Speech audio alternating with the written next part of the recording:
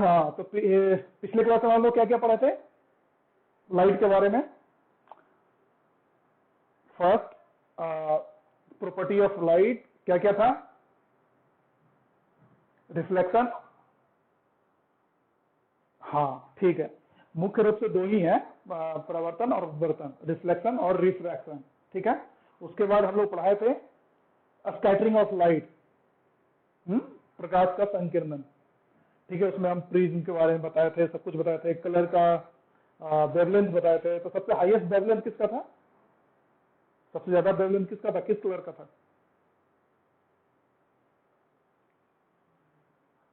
Red का था। हाँ, उसका कितना था?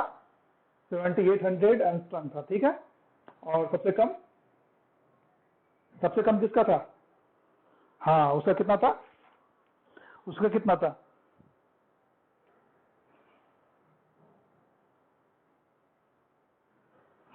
ठीक है, ऐसा ही था। चलो ठीक है, तो अब हम आगे बढ़ते हैं। उसी का जो लाइट जो सेक्शन है, यूनिट है, उसी का एक अलग पार्ट आ गया, मिरर। ये लाइट के अंदर में ही आता है। मिरर है, फिर इसके बाद ह्यूमन आ जाएगा। तो ये सब लाइट्स के अंदर में ही है। तो नेक्स्ट चैप्टर एक तरह से बोल सकते हैं, तो वो क्या है? मिरर। हिंदी में क्या बोलते हैं इसको? मिरर। हाँ, दर्पण बोलते हैं। ठीक है, तो मिरर भी दो तरह का होता है। ठीक है, एक होता है प्लेन मिरर। प्लेन मिरर मतलब क्या हो गया? प्लेन मिरर मतलब समतल। और दूसरा होता है स्फेरिकल। स्फेरिकल मतलब गोलीय। गोलीय का मतलब हाँ, मतलब कि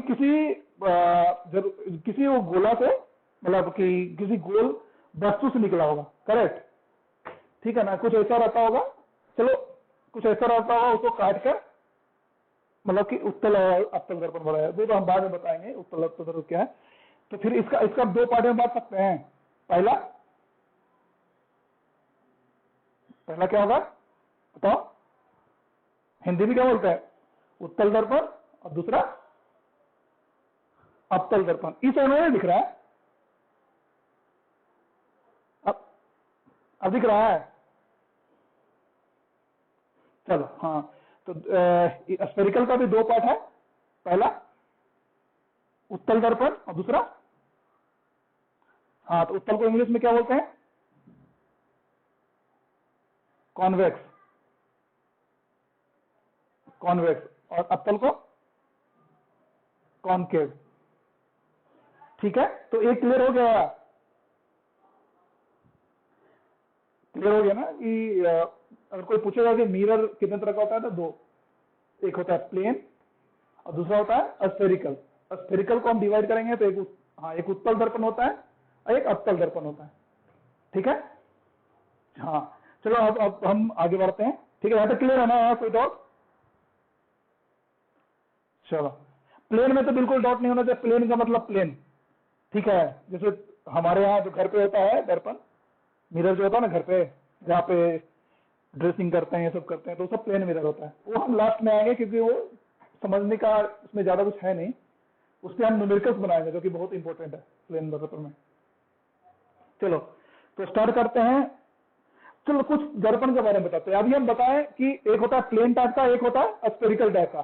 स्फेरिकल का मतलब होता है ये हो गया, स्फेरिकल हो गया। ठीक है ना? तो ये ऑब्जेक्ट रहा होगा, किसी गोल गोल शीशा रहा होगा, उसको कट किया होगा, काटा गया होगा। ठीक है, तो इसको बीच से हम काटते हैं। मान लो इसको बीच से काटते हैं। ठीक है, तो एक हिस्सा इधर निकल गया और एक हिस्सा ऐसे निकल गया। ठीक है, दिख रहा है ना? अगर हम इसको कलई कर देते हैं, इस तरह से हम इसको रंग देते हैं, अगर इसको रंग देते हैं, तो ये हो गया हमारा अवतल दर्पण। हाँ, अगर हम इसको इधर से रख देते हैं, तो ये हो गया हमारा उत्तल दर्पण। तो इसे पहचानना बहुत ही आसान है, जो है ना, कॉन्वेक्स मतलब उत्तल दर्पण, जो जिसका पोर्शन जो दिखने वाला हिस्सा है, जहां से कोई देख सकता है, उसका पार्ट उभरा हुआ हो, उठा हुआ हो, उसको उत्तल दर्पण बोलेंगे। और ठीक है, और जो जिसका कलाई पीछे से किया हो और उसका शेप इस तरह से हो गड्ढा नुमा, तो इसको अवतल दर्पण बोलेंगे। तो अगर हम इसको अवतल मानते, इसको शीशा मानते हैं, तो ये हमारा अवतल दर्पण हो गया।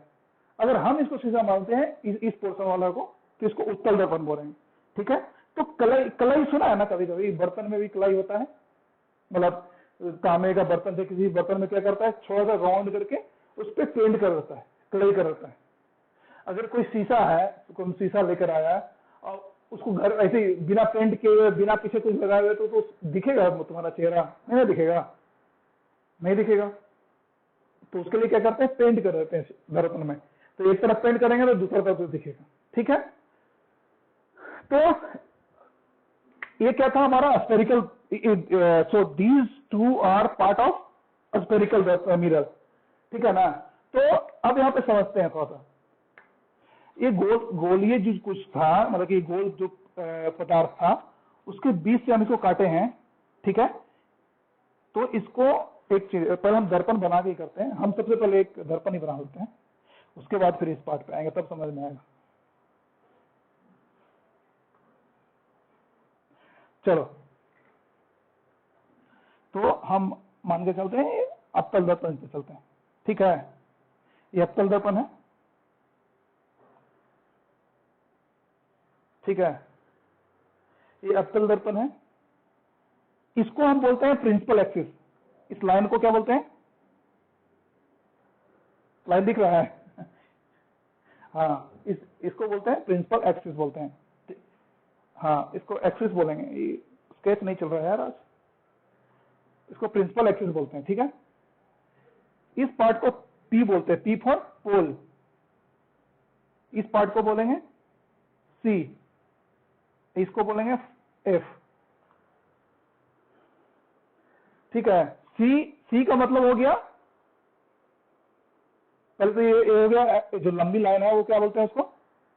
Principle of axis.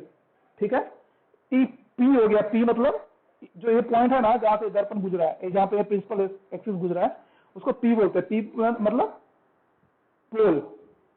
ठीक है, हाँ, इसको बोलेंगे, इसको बोलते हैं एफ। एफ मतलब फोकस। सी मतलब, हाँ, सी मतलब होता है centre of curvature, sorry radius of curvature. ठीक है,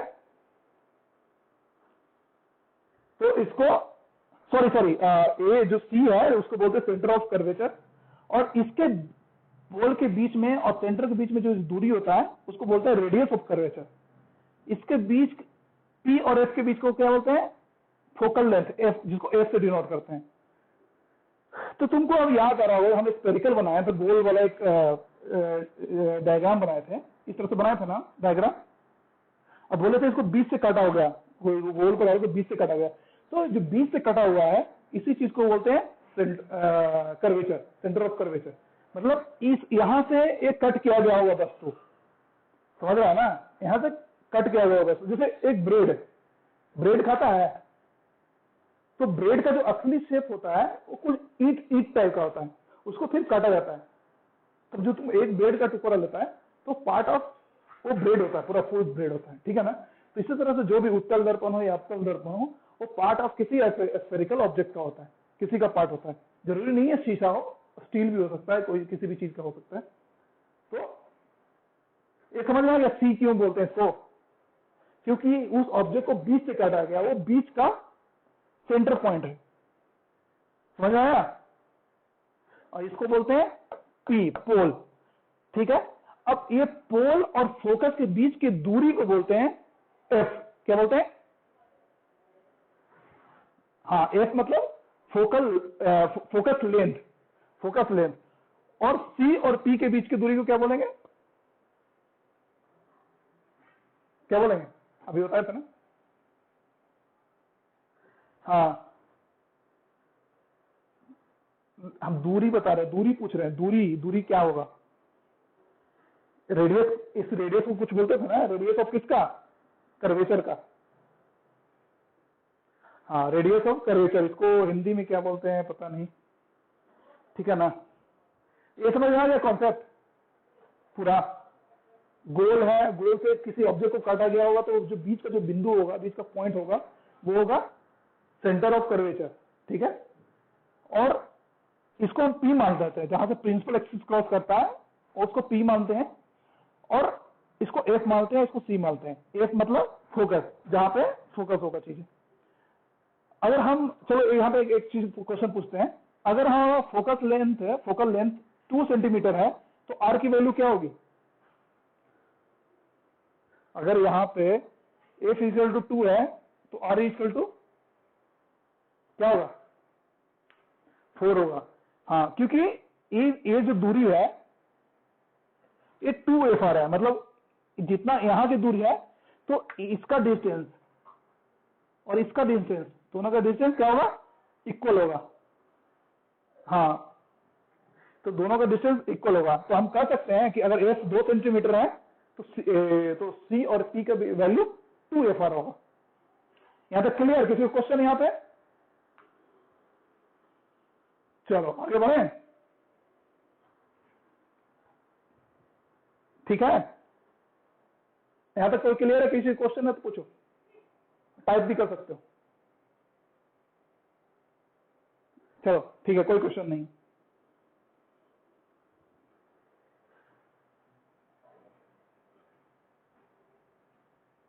चलो अब आगे बढ़ते हैं, ठीक है। ये सिर्फ कॉन्सेप्ट बताने के लिए था कि हम सी एफ, ताकि बाद में अगर बताएं CFR तो तुम ऐसा नहीं ब्लाइंड हो जाए कि अरे सी क्या था, एफ का मतलब क्या होता है। तो ये सब चीज पहले कॉन्सेप्ट समझो कि सी का एक्चुअली कॉन्सेप्ट क्या है, आर का क्या है, एफ का क्या था। आगे एज ए फॉर्मूला बनाओ तो कोई दिक्कत नहीं हो, ठीक है ना। चलो अब आते हैं, शुरुआत करते हैं कॉनकेव मिरर से। कॉनकेव मिरर मतलब अवतल दर्पण, ठीक है ना। चलो, अवतल दर्पण का शेप कैसा होता है? कुछ इस तरह से रहता है, ऐसे रहता है ना। इसको एक लाइन क्रॉस कर लेते हैं, इसको P मान लेते हैं, इसको C मान लेते हैं, इसको F मान लेते हैं, ठीक है। दूसरी बात, दर्पण पे क्या बनता है? अगर हम मिरर पे देखते हैं तो मिरर में क्या बनता है? मिरर पे एक इमेज बनता है, प्रतिबिंब इसको हिंदी में बोलते हैं, प्रतिबिंब बनता है। अगर हम अपने आप को देखते हैं तो मिरर पे प्रतिबिंब दिखता है, लेकिन वो प्रतिबिंब डिपेंड करता है उस वस्तु, यानी कि अगर तुम अपने आप को मिरर पे देख रहे हो तो तुम्हें क्या है? एक वस्तु हो, ठीक है।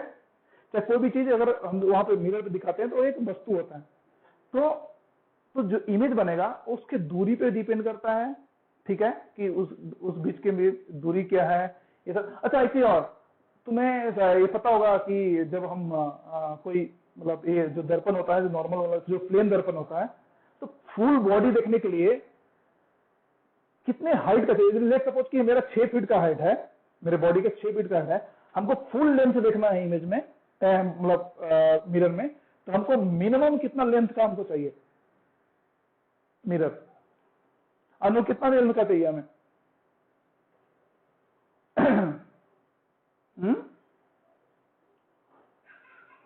तो वो था हाफ, एटलीस्ट हाफ।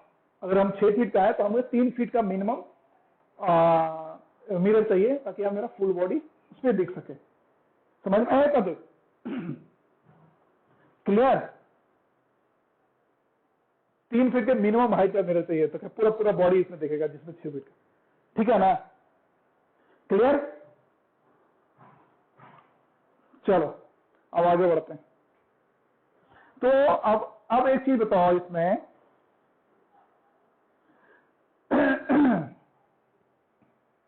एक चीज और हो जाते हैं यहाँ पे कि इसको P मान गया ना, तो अब यहाँ पे दिखेंगे कि हम अगर ऑब्जेक्ट किस जगह पे रखें तो हमारा प्रतिबिंब कहाँ बनेगा, यानी इमेज कहाँ पे बनेगा, हम उस पर अब चलते हैं, ठीक है ना। तो उससे पहले हम चलते हैं कि रिफ्लेक्ट कैसे करता है लाइट, ठीक है। चलो स्टार्ट करते हैं।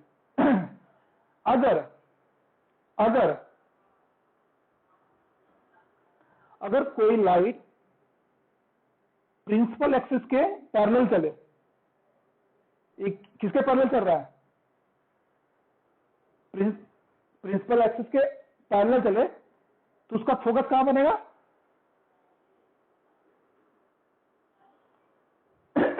तो ये जो रिफ्लेक्ट होगा ये किस पे होगा?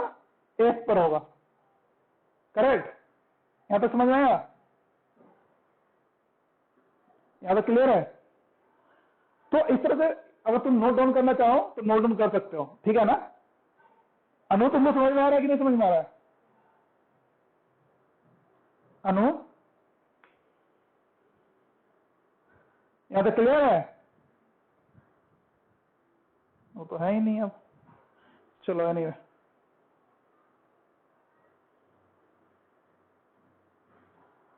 यहां तक समझ में आ रहा है तुम्हें? कोई क्वेश्चन है किसी को?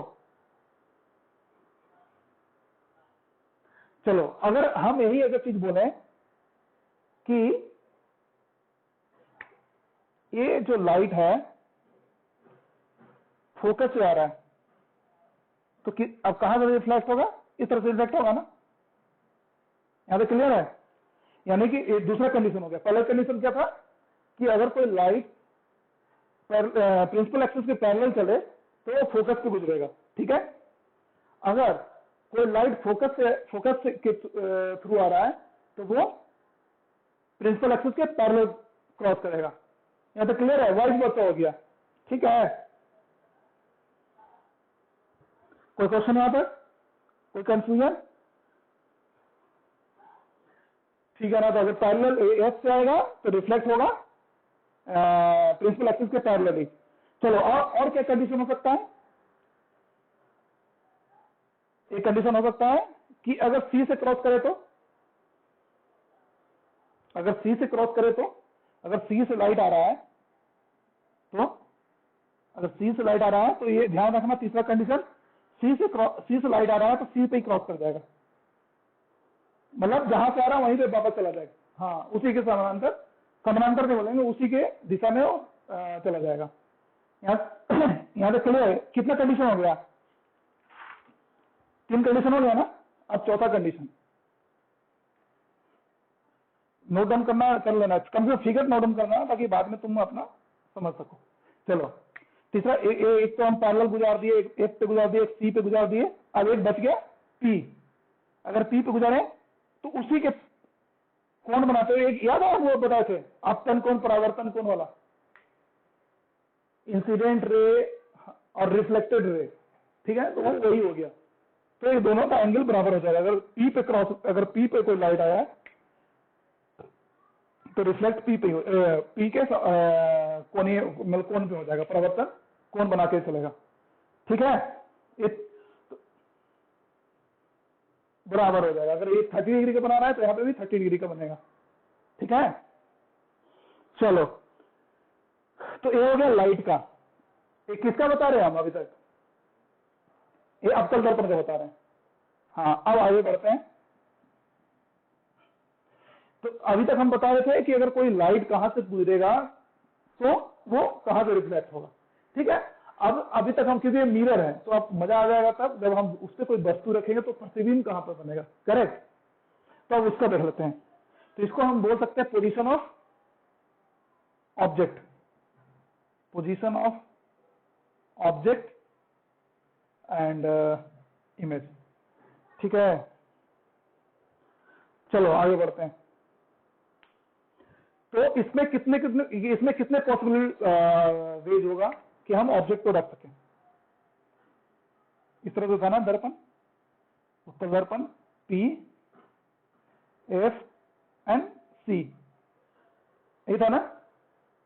तो पहला केस हो सकता है कि हम ऑब्जेक्ट को इनफिनाइट में रख दें। इनफिनाइट का मतलब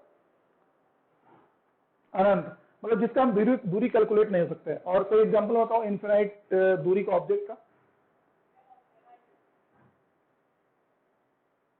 बहुत दूर, हाँ, तो मतलब कोई, करेक्ट, हाँ, कोई स्टार हो गया या कुछ हो गया तो वो कहां से आता है? वो अनंत से आ रहा है।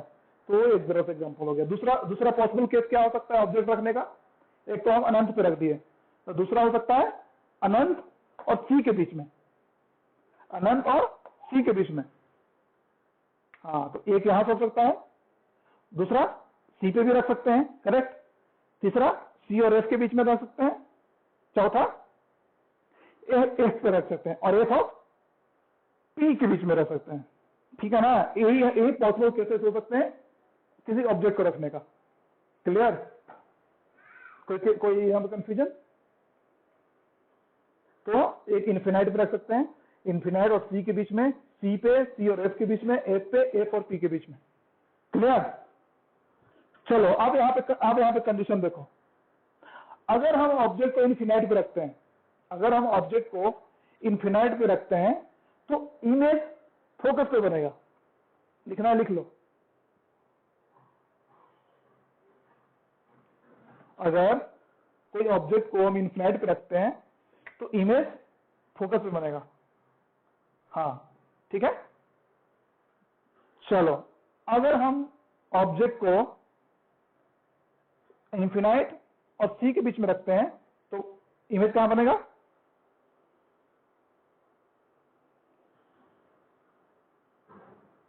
बोलो। देखो पहला केस क्या था कि अगर हम ऑब्जेक्ट को कोई वस्तु को इन्फिनाइट पे रखेंगे तो उसका इमेज कहां बनेगा? नहीं, फोकस पे बनेगा। इन्फिनाइट पे ऑब्जेक्ट रखेंगे, बोलो बोलो क्या बोल रहे थे? नहीं, हम बोल रहे हैं, पहले सुनो ना, हम क्या बोल रहे हैं। अगर कोई ऑब्जेक्ट इन्फिनाइट पे, मतलब ये कोई तारा की तरफ से आ रहा है तो उसका हमेशा फोकस पे बनेगा। तो एक कंडीशन वन ये लिख सकते हो नोट में। कंडीशन वन, अगर ऑब्जेक्ट को, वस्तु को इन्फिनाइट पे रखा जाए तो उसका प्रतिबिंब फोकस पे बनेगा। ठीक है। दूसरा केस हो सकता है, क्या हो सकता है बताओ? इन्फिनाइट और सी के बीच, तो उसका ऑब्जेक्ट, उसका प्रतिबिंब कहां बनेगा? उसका प्रतिबिंब एफ और सी के बीच में बनेगा। नोट डाउन कर दिया है दूसरा कंडीशन, ठीक है। तीसरा कंडीशन क्या होगा? अब यहां पे आ गया, यहां बढ़ गया, अब कहां बढ़ेगा ऑब्जेक्ट? बताओ। सी पे। अगर ऑब्जेक्ट सी पे हो तो कहां पे बनेगा? हाँ, तो प्रतिबिंब, हाँ, तो एक तरह से देख सकते हो, इधर से आ रहा है, प्रतिबिंब इधर से आ रहा है, तो इस तरह से तब सी पे मिल गया तो मतलब जहां पे ऑब्जेक्ट है वही बन गया। तो कंडीशन कहां पे हो सकता है? वो सी पे हो सकता है। तीसरा कंडीशन क्या हो सकता है?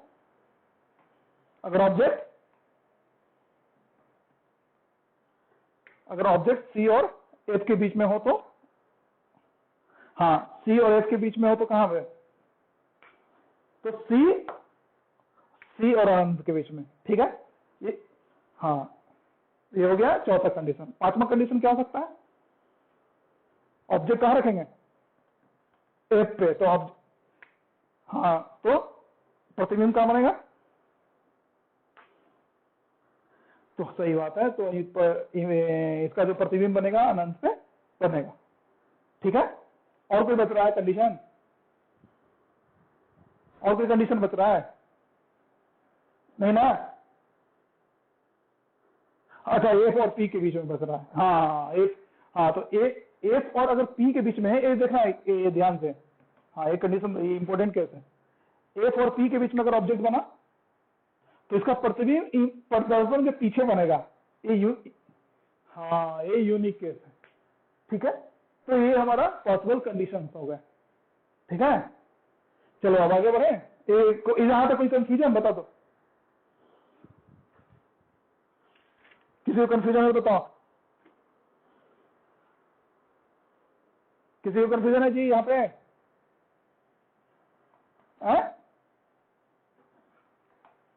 नहीं ना? चलो, कोई क्वेश्चन है तो पूछ लो।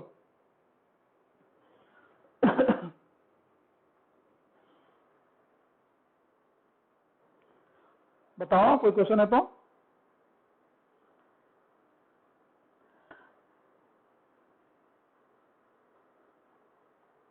चलो, कोई क्वेश्चन नहीं है। अब दूसरा मिरर कौन सा है? एक कॉन्केव हो गया, मतलब ये अवतल दर्पण था, अब होते हैं, अब उत्तल दर्पण पे आते हैं, ठीक है। उत्तल दर्पण का कुछ थोड़ा सा, इसमें उत्तल दर्पण में छोटा सा ही कंडीशन है तो इसका कलाई किधर होगा, उत्तल दर्पण में इधर कलाई होगा ताकि इधर फेस रहे। ठीक है, ठीक है। तो उत्तल दर्पण का देखो ये इधर से मुड़ रहा है, इधर से मुड़ रहा है, तो अच्छा इसको बोलो, अच्छा इसको बताना ये गोल हो सकता है? नहीं ना, ये तो गलत बात है, ये गलत ही, सेफ ही गलत है। तो इसका एक्चुअल शेप क्या हो सकता है, इस तरह से हो सकता है, ऐसे होगा ना, होगा ना। हाँ, तो ये हो गया प्रिंसिपल एक्सिस, बीच में क्या हो गया, इसको क्या बोलते हैं, इसको क्या बोलते हैं, पोल। हाँ, इसका सेंटर कहाँ है, देखो गोल का सेंटर कहाँ है, यहाँ पे सेंटर बन रहा है ना, इसको सी बोलेंगे। और बीच में क्या होगा, बीच बीच में फोकस होगा। तो ये हो गया हमारा कौन सा दर्पण, उत्तल दर्पण, कॉन्वेक्स मिरर। ठीक है, तो इसमें जो, अब बताओ इसमें ऑब्जेक्ट का क्या क्या पोजीशन हो सकता है, कोई बताएगा? अनु तुम बताओ, इसमें वस्तु को कहां कहां रख सकते हैं,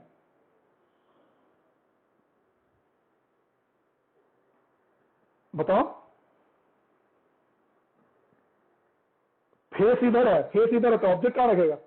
अच्छा एक ही बताओ, अपना चेहरा जो देखते हैं, ऐनक में देखते हैं, मतलब मिरर में देखते हैं, मिरर के पीछे देखते हैं,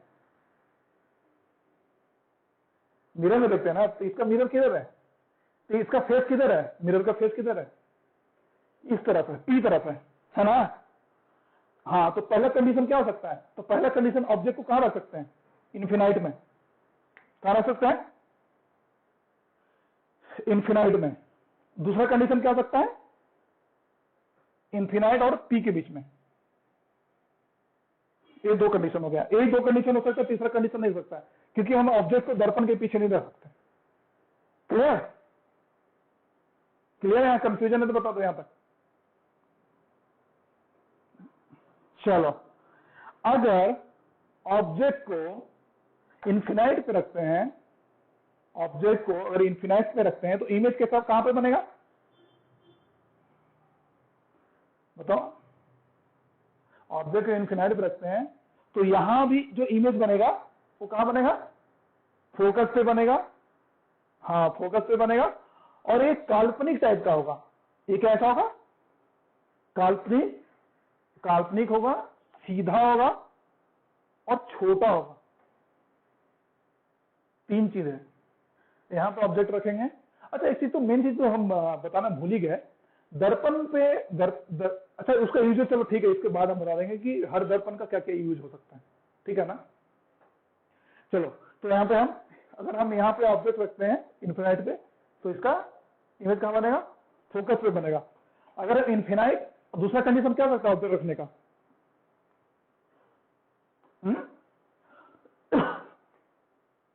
इन्फिनाइट और पी के बीच, यानी कि यहां पे, तो इसका ऑब्जेक्ट कहां बनेगा, सॉरी इमेज कहां बनेगा, एफ और पी के बीच में। इसका इमेज बनेगा एफ और पी के बीच में। कैसा बनेगा, ये भी काल्पनिक होगा, मतलब इमेजिनरी होगा, सीधा होगा और छोटा होगा। क्लियर, क्लियर है ना, चलो ओके। और कोई कंडीशन हो सकता है यहाँ पे, अच्छा अच्छा ये तो हो गया। अब तो बताए उत्तल दर्पण, अवतल दर्पण, तीसरा कौन सा दर्पण बच गया, समतल दर्पण। एक चीज बताओ, ये किसी रेडियस से बना होगा, किसी गोलीय चीज से बना होगा, ये तो प्लेन है, इसका कहीं, इसका कभी काल्पनिक गोलीय बन सकता है, नहीं बन सकता ना, नहीं। यानी कि अच्छा एक चीज बताओ, इसका रेडियस है, इसका रेडियस है ना, पी और सी के बीच में, याद है रेडियस, कर्वेचर, रेडियस था इसका, कर्वेचर का, इसका रेडियस हो सकता है, नहीं। अगर जिसका रेडियस नहीं होता है तो उसका इमेज हमेशा इन्फिनाइट बनता है। ठीक है, चलो। तो इसमें एक ही कंडीशन हो सकता है इसका एक ही कंडीशन होता है, ऑब्जेक्ट को यहां पे रखेंगे और इमेज कहां बनेगा, ऑब्जेक्ट को यहां पे रखेंगे तो इमेज यहां पे बनेगा। ठीक है, कैसा बनेगा, बराबर बराबर बनेगा, इक्वल साइज का बनेगा, ये भी काल्पनिक बनेगा, बराबर बनेगा, काल्पनिक बनेगा और सीधा बनेगा। ठीक है, एक कंडीशन है। क्लियर?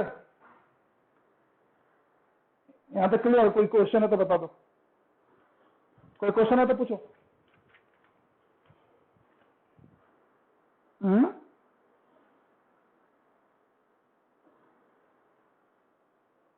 चलो ठीक है।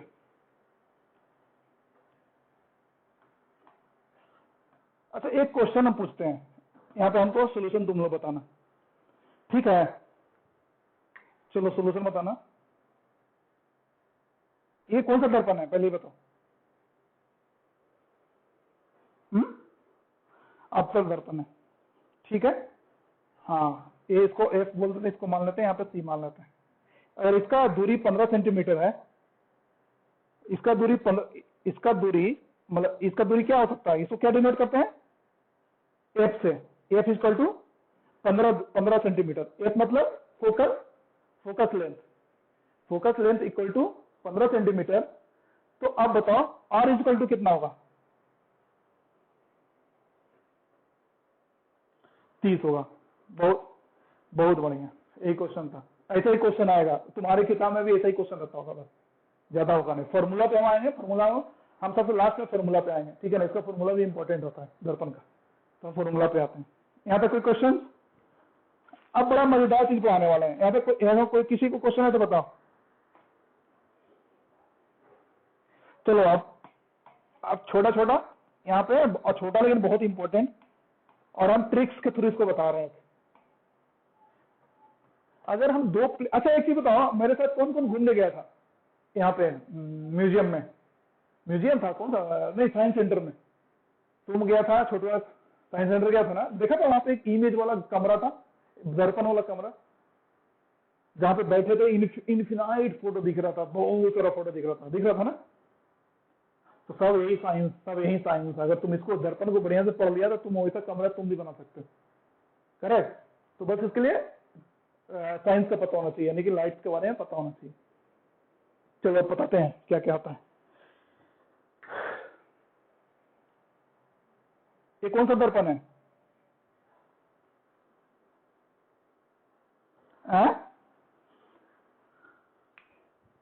समतल प्लेन मिरर है ना?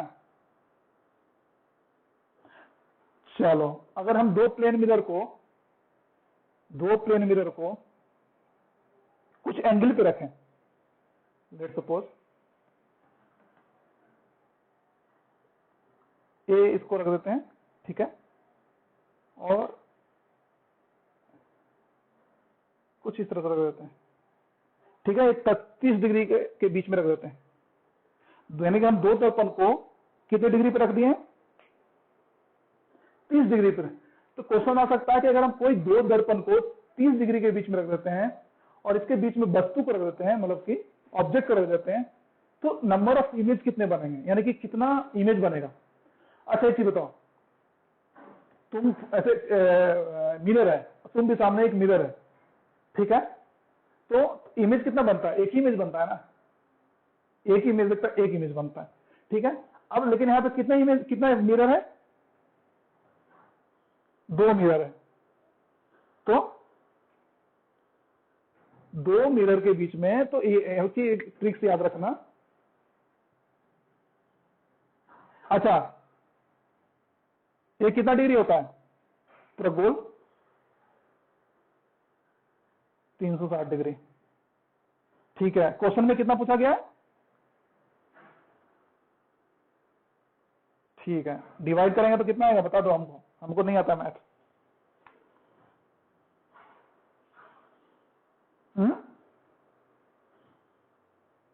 कितना आ जाएगा? 12।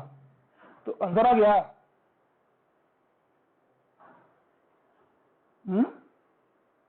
कितना आंसर, कितना इमेज बनेगा? हाँ, अब यहाँ पे देखना है, यहाँ पे ध्यान से देखना है। अगर तुमको आंसर अगर इवन नंबर आ जाए, यानी इवन मतलब सम संख्या आ जाए, सम संख्या 2, 4, 8 इस तरह से अगर कोई नंबर आ जाए, तो ध्यान रखना उसमें से -1 कर देना। ये ट्रिक्स है, ठीक है? -1 कर देना, तो अब यही फाइनल आंसर हो जाएगा हमारा। तो क्वेश्चन क्या था? अगर दो इमेज को सॉरी दो दर्पण के बीच को 30 डिग्री पे अगर हम ऑब्जेक्ट रखते हैं, हाँ, तो उसके नंबर ऑफ इमेज कितने बनेंगे? 11। ये सवाल आ जाएगा। चलो अब हम अगला क्वेश्चन दे रहे हैं, इसको कर देना 60 डिग्री। अब कितना से कटेगा? 6 से कटेगा। फिर से तो बताओ, 6 से कट गया तो कितना इमेज बनेगा? 5 बनेगा।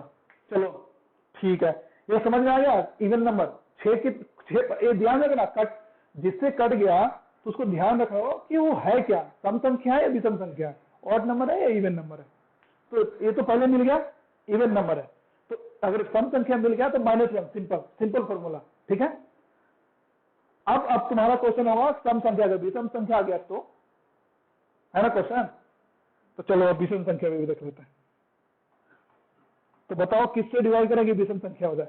बताओ ठीक, बताओ। हम्म,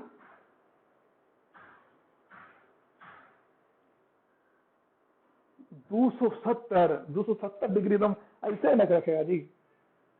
चलो एक सिंपल बताते हैं, 40 से डिवाइड करते हैं, कितना बनेगा?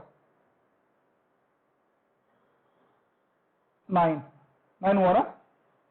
तो कौन सा संख्या है?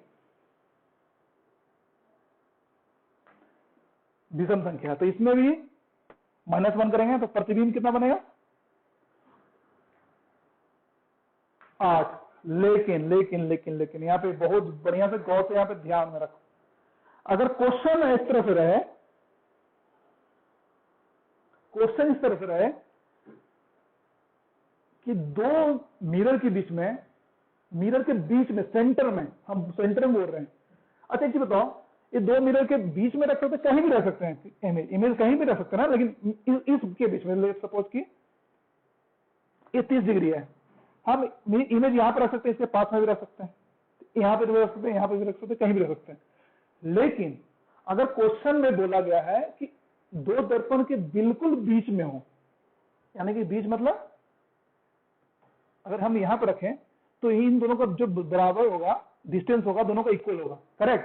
लेट सपोज ये दो दर्पण के बीच में 10 सेंटीमीटर का फासला है, 10 सेंटीमीटर का वाइड है, तो इमेज कहां रखा हुआ है? 5 सेंटीमीटर पे रखा हुआ, करेक्ट। अगर बिल्कुल बीच में रखा हुआ है तो जो नंबर ऑफ इमेज आया है कट के, वही आंसर आ जाएगा। तो बताओ इस केस में कितना नंबर ऑफ इमेज होगा? अगर ऑब्जेक्ट बीच में रखा हो तो कितना प्रतिबिंब बनेगा? 40 डिग्री में। ये 9 आंसर आया ना। लेकिन इसमें कंडीशन नहीं था, इसमें रखा होता कि किसी दो दर्पण के बीच में जो कि 60 डिग्री के एंगल बनाता है, एक वस्तु रखा हुआ, तो उसका प्रतिबिंब कितना प्रतिबिंब बनेगा? तो उसका आंसर हो जाएगा 8, क्योंकि कंडीशन नहीं दिया हुआ है। लेकिन इस क्वेश्चन में कंडीशन दिया हुआ है कि दो दर्पण के बीच में 40 डिग्री का एंगल बन रहा है, लेकिन उसके बीच पे ऑब्जेक्ट रखा, उसके बीच पे वस्तु रखा हुआ, दो दर्पण के बीच में रखा हुआ ऑब्जेक्ट, तो उसके इसमें आंसर क्या होगा? 9। इसमें घटाना एक नहीं है, घटाना सिर्फ और सिर्फ जिसमें जो कंडीशन नहीं दिया हो, जिसमें दर्पण मतलब एक क्या कंडीशन था कि अगर दर्पण के बीच में हो तो एज इट इज, ठीक है। दर्पण के बीच में नहीं हो, उस केस में घटाना है, समझ गया। चलो एक क्वेश्चन बता।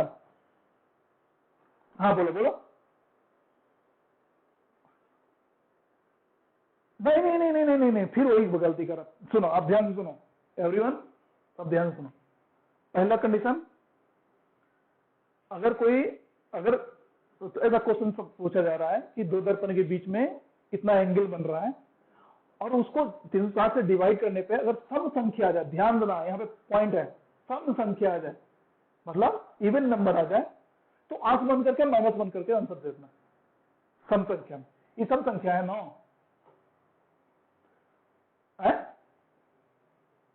नहीं है ना। हाँ, तो इसमें सोचना ही नहीं है। अगर इसका आंसर अगर इन दोनों को डिवाइड करने के बाद आंसर 2 आएगा तो अगर 90 डिग्री रहता तो, अगर हम 90 डिग्री रख रहे हैं, ठीक है, 360, ठीक है, कितना बच गया, 4 से कट गया ना। तो इस केस में क्या आंसर होगा, इवन नंबर है, तो इवन नंबर में सोचना ही नहीं है, आंख बंद करके इवन नंबर है, हाँ -1 करो, तो इस केस में कितना इमेज बनेगा, 3 बनेगा, ठीक है। हाँ, अगर चलो क्वेश्चन बड़ा ध्यान से सुनना, क्वेश्चन ध्यान से सुनना कि दो मिरर के बीच में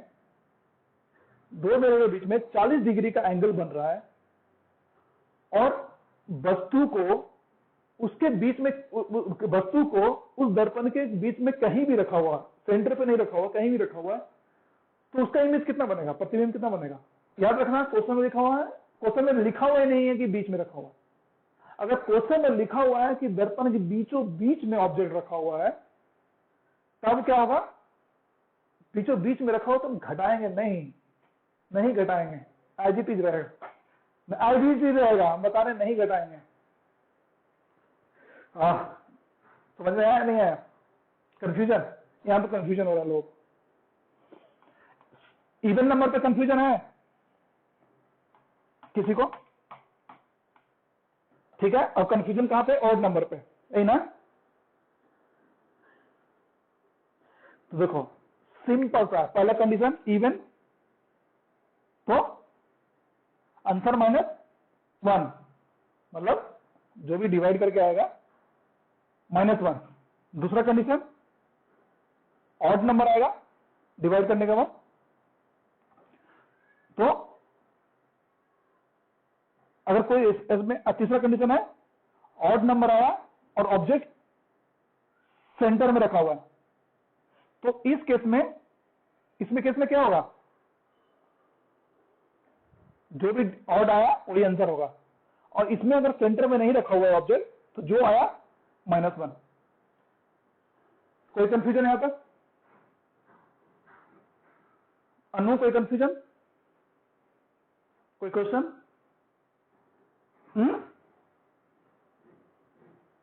है कंफ्यूजन? तुम्हारा आवाज कट रहा है, फिर से बोलो, टाइप करो अगर आवाज नहीं आ रहा है।